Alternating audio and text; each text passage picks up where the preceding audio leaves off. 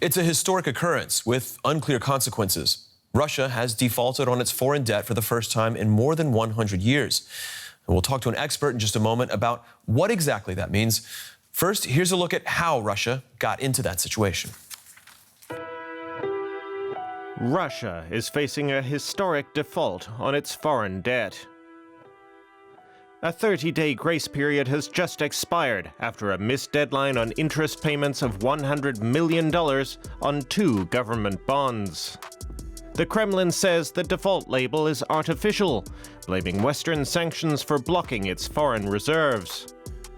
Russia's finance ministry says payments were made in rubles in May and transferred to a financial service agency, where the money was blocked from reaching bondholders. The default is occurring more in a technical sense, as Russia has considerable financial resources, including nearly $600 billion in foreign currency and gold reserves, although half of that is frozen overseas. Sales of oil and gas also bring a steady influx of cash.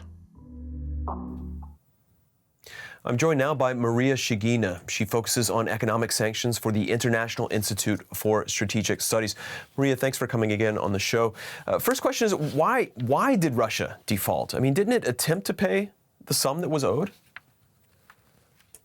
That is indeed a paradoxical situation. I don't think there are many precedents out there. Russia indeed is capable and willing of paying. It has enough reserves of doing so. But the technical issues of paying the outstanding debt is a problem here. Western sanctions that have been imposed on Russia since February de facto prohibit of doing so. In May this year, the Biden administration did not prolong the special license that allowed the Kremlin to tap its assets at American banks, and that de facto meant that default was looming. The markets have factored in, it was rather an issue of time. Does that mean that Russia is also correct when it says that this default is artificial and that it won't really be taken that seriously? Indeed, it's more a technical side of paying out this outstanding debt because Russia attempted to do so. It claimed that it transferred the money. It didn't go through because of the Western sanctions. But it also aligns with the Western objective of sanctions is to tighten the screw on the Kremlin to limit its ability to fund the war, and that is one of the pieces of this puzzle. How much do credit ratings really matter when we're talking about circumstances of war and sanctions? Credit rating agencies were crucial here because they usually announce that default is coming. But rating agencies withdraw from Russia first because of self-sanctioning, then later any services linked to credit rating agencies were also prohibited. So there was a situation where there was no one to officially announce that. That's why we hear the position from Russia that that is artificial, that there is no one there to say it. And Russia does care about the announcements of default, and it's important to unpack it. In the short term, the implications of default are quite minimal because Russia has around $40 billion of this outstanding debt. In comparison with other countries, that is not a lot. But in the long-term perspective, that might aggravate Russia's abilities to raise capital on other markets, non-Western markets, for example, in Saudi Arabia or China. So they do care how they will be portrayed, and they care about their reputational situation.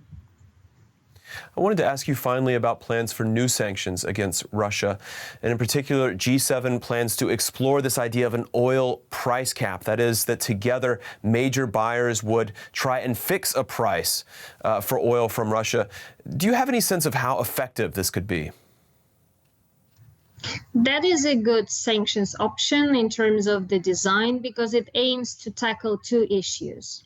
It aims to curb soaring oil prices that are currently there, and it also aims to curb Russia's abilities to fund the war in the short-term perspective. We know that the Europeans agreed on oil embargo, but it starts only on 5th of December. So there is enough time for Russia to accrue revenues from record high oil and gas revenues for that matter. So it's important to act now as opposed to December. But in terms of implementations, there are a lot of thorny issues because we need to make sure that countries like China and India abide by these price caps. Also, among the Europeans, it's an issue how to set the price ceiling for Russian oil, given that countries are differently exposed. They have different dependency on Russian oil. And also, in terms of coupling it with insurance and shipping ban, whether other countries will be deterred by that, that's still a big question mark. All right, Maria Shigina with the International Institute for Strategic Studies. Thank you very much. Thank you very much.